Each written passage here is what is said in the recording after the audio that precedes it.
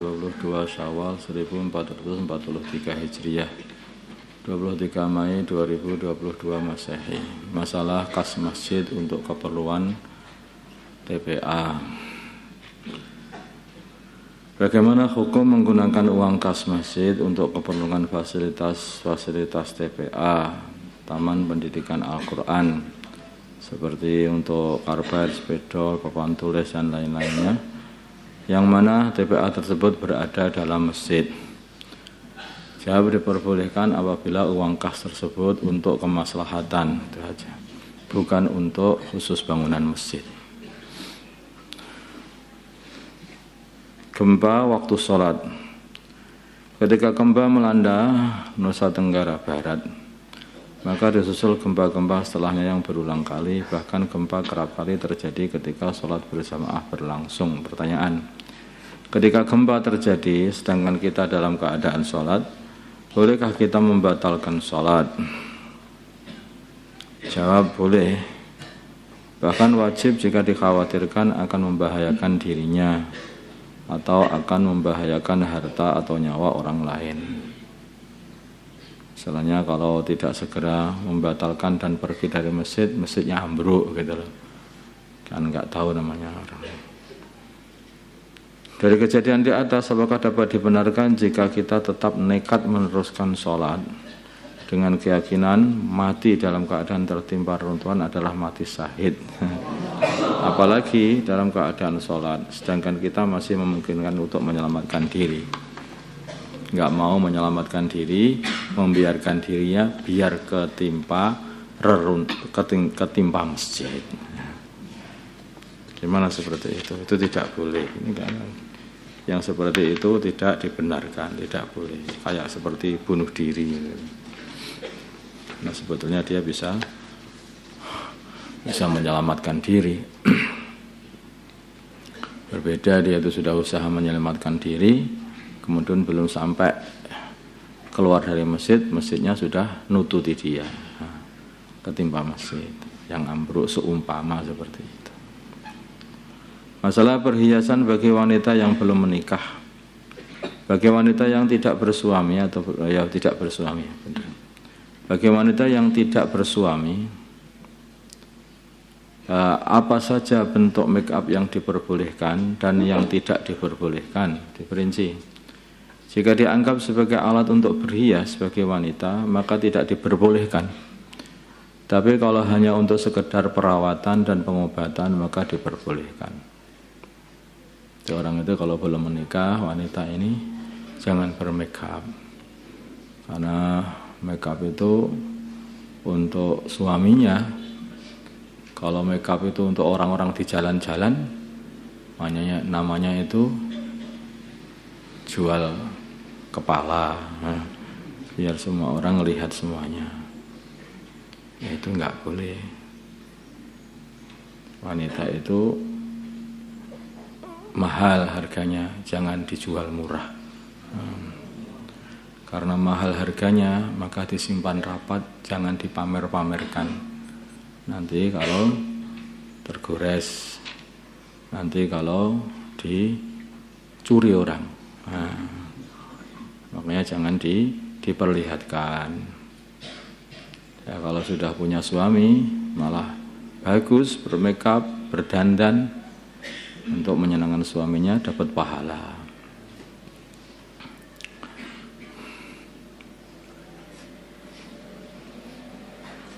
Makanya jika dianggap sebagai alat untuk berhias, maka bagi wanita tidak diperbolehkan.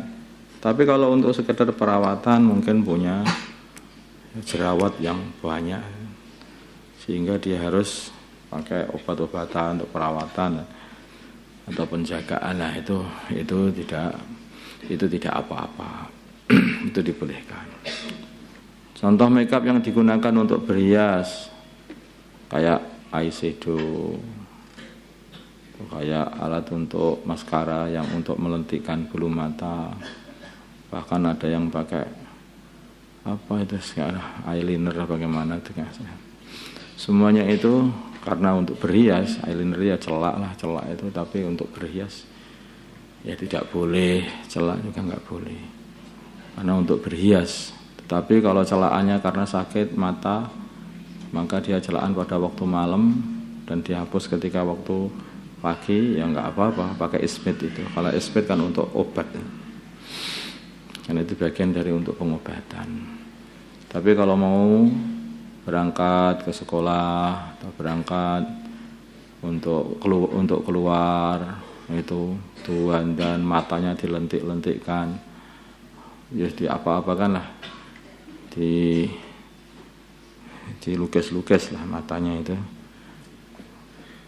biar tampak indah. Seperti itu tidak boleh, tidak boleh. Itu namanya itu menggoda laki-laki di jalan-jalan. Bahkan minyak wangi wanita itu tidak sama seharusnya dengan minyak wangi laki-laki. Kalau minyak wangi laki-laki itu yang strong itu nggak apa-apa.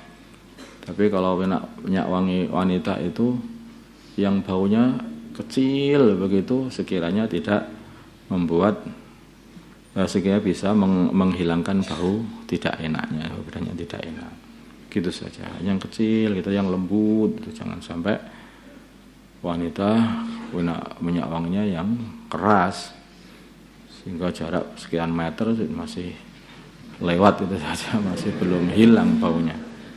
Nah, seperti itu tidak, ini juga tidak baik atau tidak boleh, bahkan tidak boleh. Kalau sampai mendatangkan fitnah, ya itu haram jelas.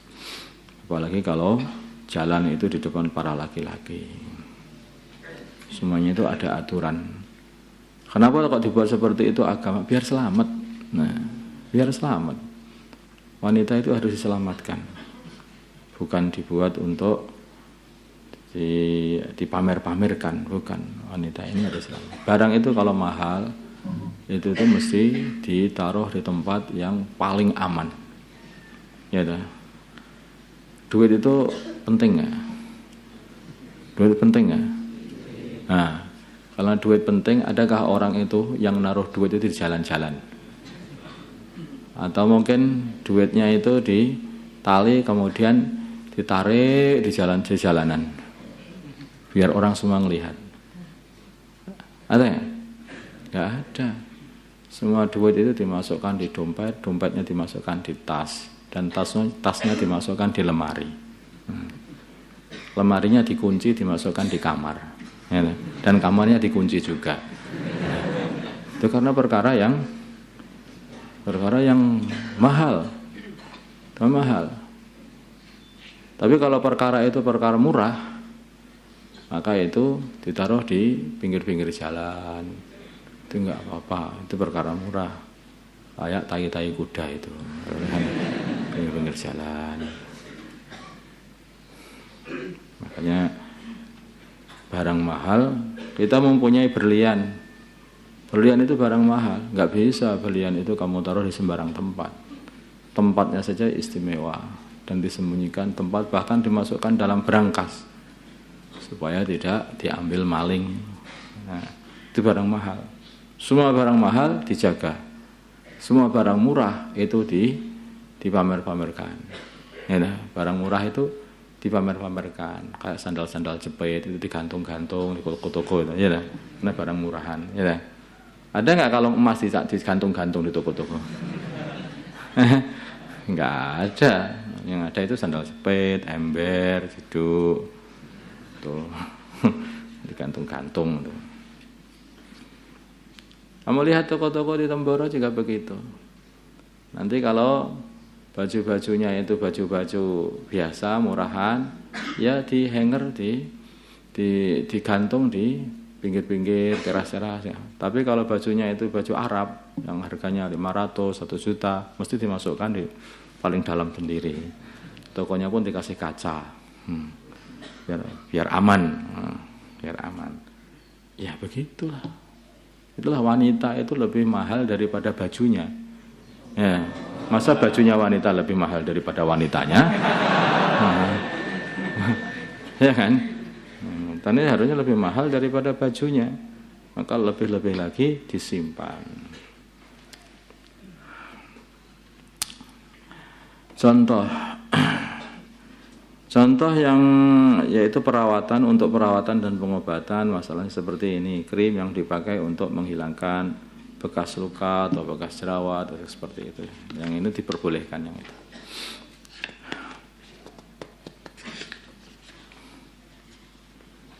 Masalah mencukur jenggot. Bagaimana hukum mencukur jenggot bagi seorang laki-laki? Jawabnya, menurut nas Imam Syafi'i, ya dah, yang dinukil oleh Imam Ibnu Rif'ah dan Shahibul Buhyah, mencukur jenggot adalah haram. Mencukur jenggot adalah haram. Pendapat ini adalah sesuai dengan a'immah salasah, seperti pendapatnya Imam Abu Hanifah, Imam Malik, dan Imam Ahmad. Jadi semua madhab 4 itu sudah sepakat, imam madhab 4 itu sepakat bahwa mencukur jenggot itu adalah haram. Ya kalau namanya orang itu pengen mencari ulama yang menghalalkan, ya tidak, yang menyunahkan tidak ada. Nah, yang mengatakan baik nggak ada. Yang mengatakan apa? Ada ulama yang ringan pendapatnya, bukan sampai haram, tetapi adalah makruh. Seperti pendapatnya Imam Nawawi, Imam Ghazali, Syekh Zakaria, Syekh Ibnu Hajar, Imam Ramli, Syekh Khatib Asy-Syirbini. Ini makruh. Paham maksudnya? Nah, jadi ya kayak ngerokok itulah. Ya. Ngerokok ya, ulama malah ini lebih kuat ini. Kalau ngerokok itu gak ada ulama yang mengatakan ngerokok itu sunnah, itu ya gak ada. Paling ringan-ringannya ulama itu mengatakan makruh. Begitu loh, paling ringan-ringannya itu. Makanya hal-hal seperti ini harus dijalankan. Kita ini kaum laki-laki, maka tunjukkanlah kejantanan kita. Nah, beda. Kalau wanita itu malah yang supaya dicukur. Kalau punya jenggot, cuma ada wanita yang punya jenggot. Kamu tertawa, kamu mau orang sini, karena kamu itu bukan orang luar. Kalau orang luar itu wanita ada yang berjenggot juga, berkumis, berjenggot, begitu. Tapi kalau orang sini nggak ada wanitanya yang berjenggot. Nggak tahu yang lain. Kalau di sini nggak ada. Kalau di luar berkumis juga wanita itu. Ya, kalau wanita berbeda, malah wanita itu dicukur. Tapi kalau untuk laki-laki itu ifa oleh ya itu disunnahkan atau bahkan diwajibkan. Wajib yaitu membiarkan lehyah ini atau jenggot ini dibiarkan panjang begitu saja.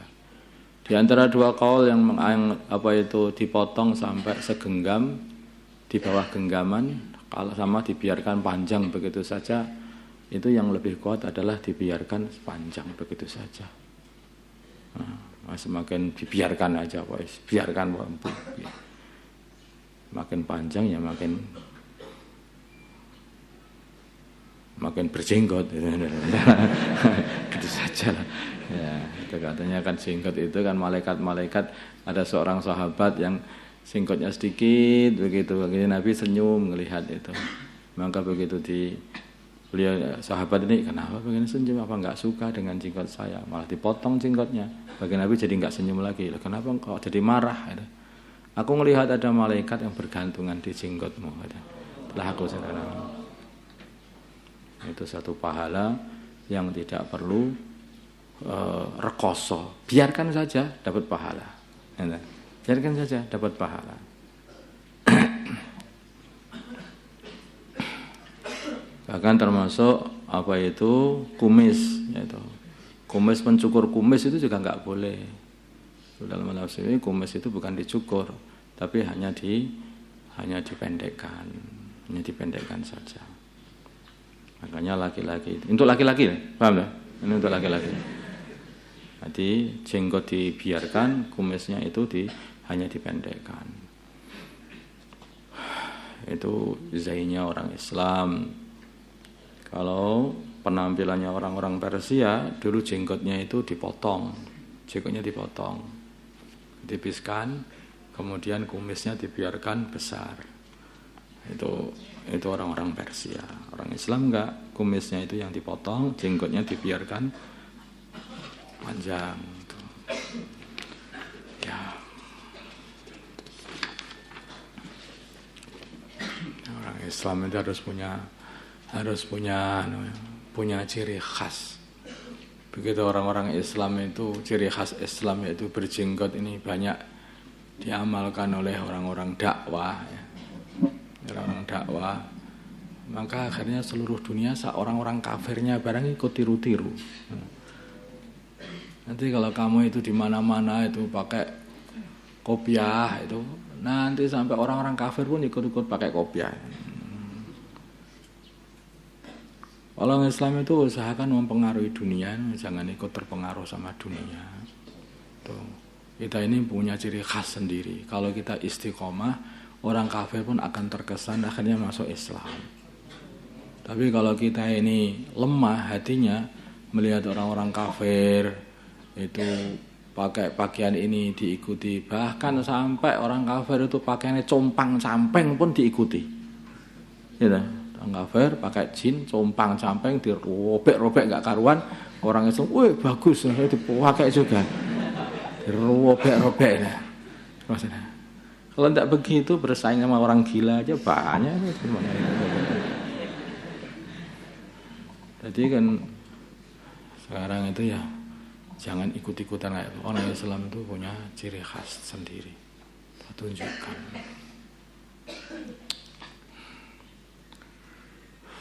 Allahumma shalli ala sayyidina Muhammad.